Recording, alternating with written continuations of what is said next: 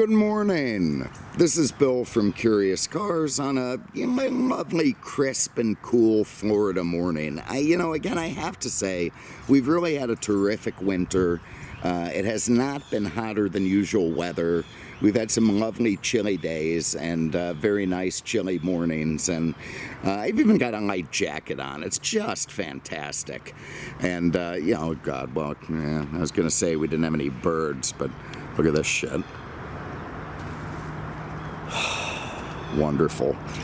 Anyway, I'm going to do a very, very quick take on this 2019 Volkswagen Beetle. Now, the good news for me is this.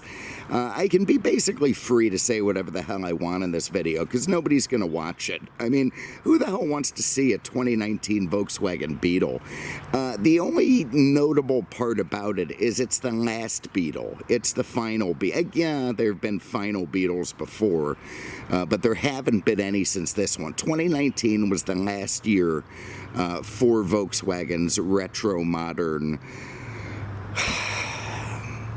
transport, and here it is. So, before we look, I drove it home last night, and it's one of those things that you don't think about till you do it. I pulled into the racetrack, not the gas station, and I'm putting fuel in it, and there's this woman pulls up next to me. She's an older lady, one of Naples' golfing older ladies. You get a woman under 55 and she's kind of hip and cool and modern and, likes all the liberally left-wing stuff. You get someone who's like 70 plus. They're a bit more conservative and a bit more... They've got an anger to them. You see them in the shopping cart, in the grocery store. They wield their carts like battering rams, pushing. Man, that is their domain. And you, as a man, you better not screw with an old lady in a grocery store. She will seal your fate. And it was one of them who was at this gas station, and she looked over at me. I had to do photos of it this morning. I'm putting it up on, if Bring a Trailer takes it, I'm putting it up there. If not, maybe Cars and Bids or somewhere else. But she looked, and she just gave me this look. I was using a rag to polish the radio because I missed a spot.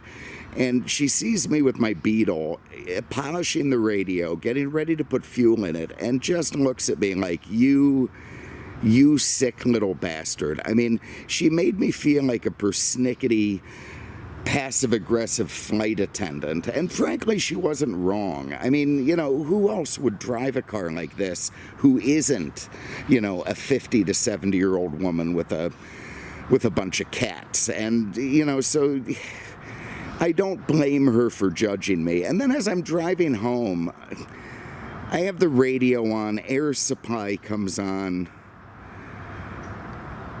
and it just, it makes you question things and where you're at in life and how you're doing. And then my brother-in-law, who's Irish, he looked, I thought, oh my God, that's cool, I drive. Yeah, of course you would. Of course you would, Dave. Anyway, so here it is. If you look at the design of the car, it is not without its charms, okay? I mean, it does have the little bulbous fenders. Again, the final strength through joy car. As envisioned by Ferdinand Porsche for his great friend Adolf Hitler. They built a people's car. They called it the Strength Through Joy car. And, of course, that was many, many years ago. And if you go to AI, I went to Google AI, whatever, the Gemini thing, the one that, is having some issues right now. And I said, tell me about Hitler's connection to the Beetle. And it was very apologetic. It said, yeah, okay, sure, Hitler wanted the car and helped design it, but don't blame the Volkswagen Beetle for Hitler. And why is Google doing PR for Volkswagen? But anyway, what the hell am I to say? But there is a handsomeness to it, and it does follow the look of the original air-cooled Beetle that, frankly, a guy could drive if he was a cheapskate, without being accused of an alternative lifestyle. You see the headlights there with the LEDs in them. It's got fog lights. It's front-engined, which is a crime against Beetles, but modern people don't seem to care. Area water-cooled. It's basically riding on the Golf platform, so it does even though it's very softly sprung, it does have a bit of pep to it and a bit of handling. A little stubby, curved windshield, which looks kind of nice. You got some chrome strip down the bottom of the doors. Very handsome looking wheels, really, they're 18-inch, and they're meant to sort of simulate the caps that would have been on the old Beetle. Sunken door, there's the gas cap in the back. They give you a little spoiler back there. Have a look inside the trunk. There's a turbo badge. This is also where the camera pops out of, that little emblem. But you get pretty decent trunk space. The seats fold down. Oh, God. Just get me through this. Anyway, I do apologize. Look, I haven't had many video cars lately. This one popped along, and I'm really seeing it as more of an excuse to get a video out and keep touch with you people. So don't blame me for this. I'll have cooler cars coming, I promise. Anyway, there's some all-purpose mats down there, and you've got your fender. We'll get into that in a minute, the fender subwoofer in the back. And there is the trunk. We'll have a look inside under the hood.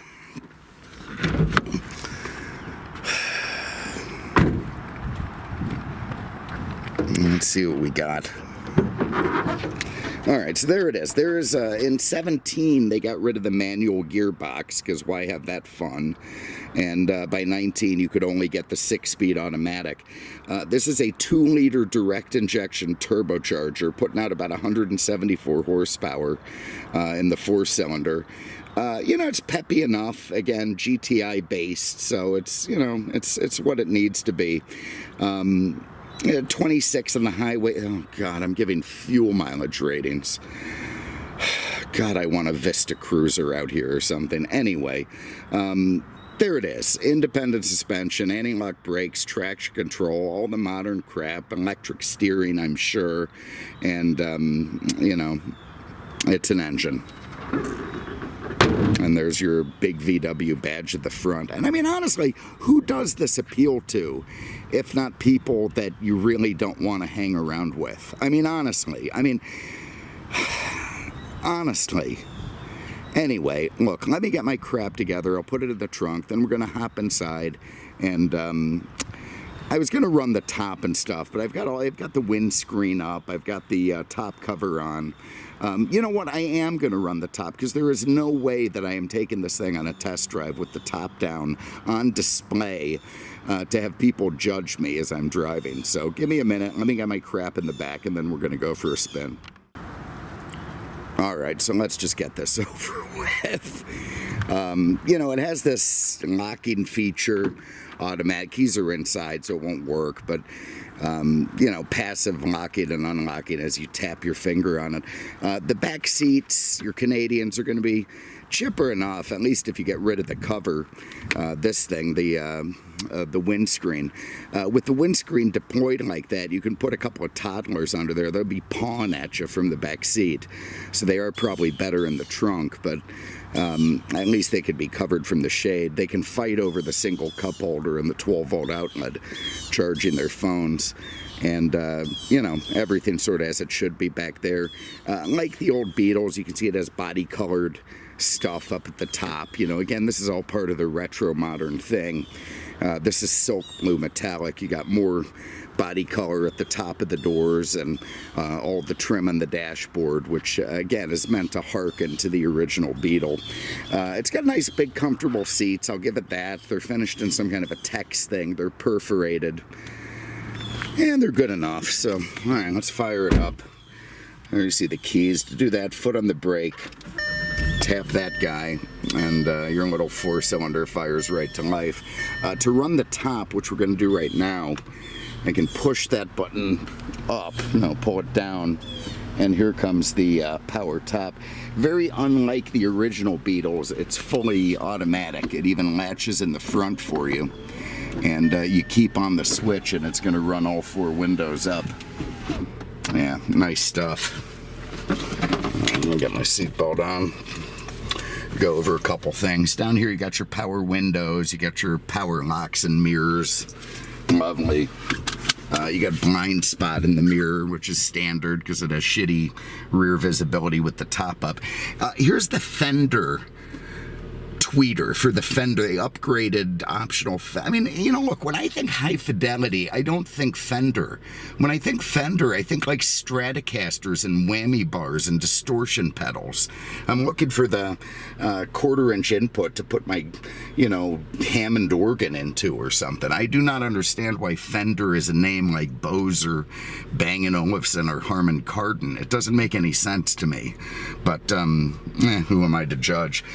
You got this leather-wrapped steering wheel, body color stalks, or, you know, prong, whatever the hell they are, multifunction airbag. You've got you got your light control here, you got light control here, your mirrors, your blah blah blah. Over here you've got your wipers and such. You can go through different stuff in the little information center there, navigation, odometer, all nice stuff. And this is the upgraded infotainment, which was a little dated for 2019, but it's fine. It has Apple CarPlay and Android. You get a radio, you get Bluetooth, you get a phone, you get your navigation, you get different apps, your Spotify's and Tickety-Tocks and Instagrams. It's all there, and everything as it should be.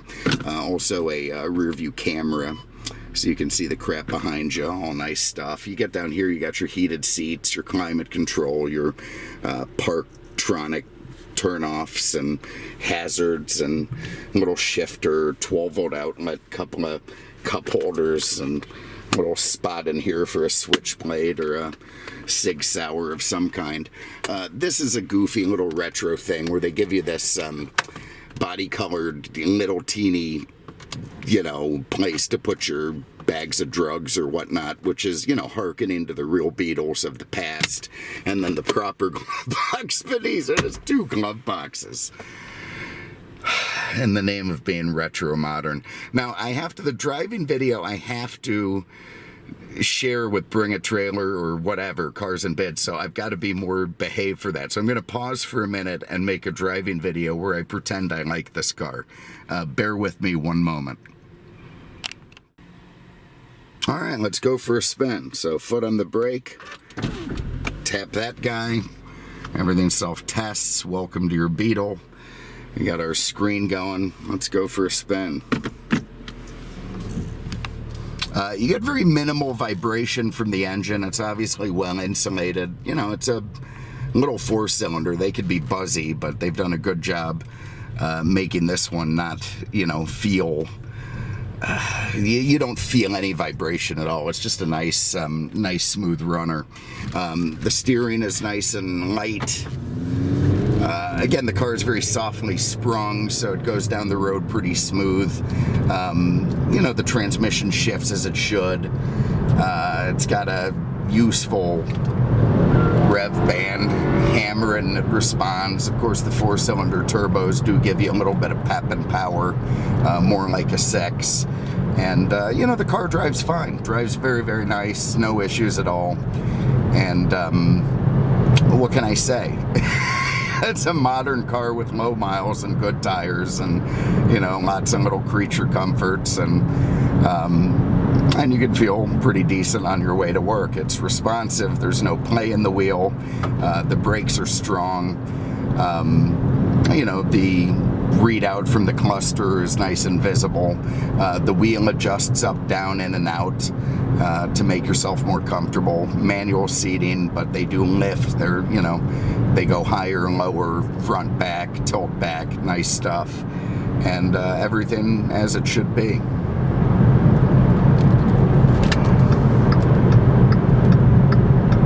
At least they give you a proper turn signal lever. That I hate those electronic-y ones in the BMWs. I don't use those very well. A little bit of torque steer, but not bad. Obviously a pretty good platform, that Golf platform. And it goes down the road fine, so there it is. Really appreciate everyone having a look. Everyone, all 7 people who watched this video. Thank you for checking it out. And I do have some fun stuff coming up. I'll keep it a surprise for the moment, but we will see you with the next one. Take care. All right. right, so look, I had to do an addendum to that. I couldn't take it, just leaving it there. This is awful, man. I mean, this is awful. I feel like, so, you know, this car is for somebody who is either never really had a life or given up on life, but still has this idea that they can be cool or special or different. And, you know, we're all great and cool and special in our own way. You don't really need to show it with a car. You just don't. You know, show it some other way. There's just no reason for this thing to exist other than, again, to make some 65-year-old cat lady happy, to feel like she's reliving her hippie days or something. I mean, the whole retro modern thing was cute for a few years. The Mini Cooper, the PT Cruiser, the Beetle, you know, we all enjoyed it. The T-Bird, you know, but it just, it shouldn't have had legs. And I really don't understand why Volkswagen kept making this thing all the way to 2019. I mean, it had been played out by that point. It really had. I guess they were selling to, again, the persnickety flight attendant types, but I mean, honestly, Volkswagen, I mean, you know, and now they're coming out with some kind of a microbus, which is going to be electric. They're probably going to come out with an electric Beetle.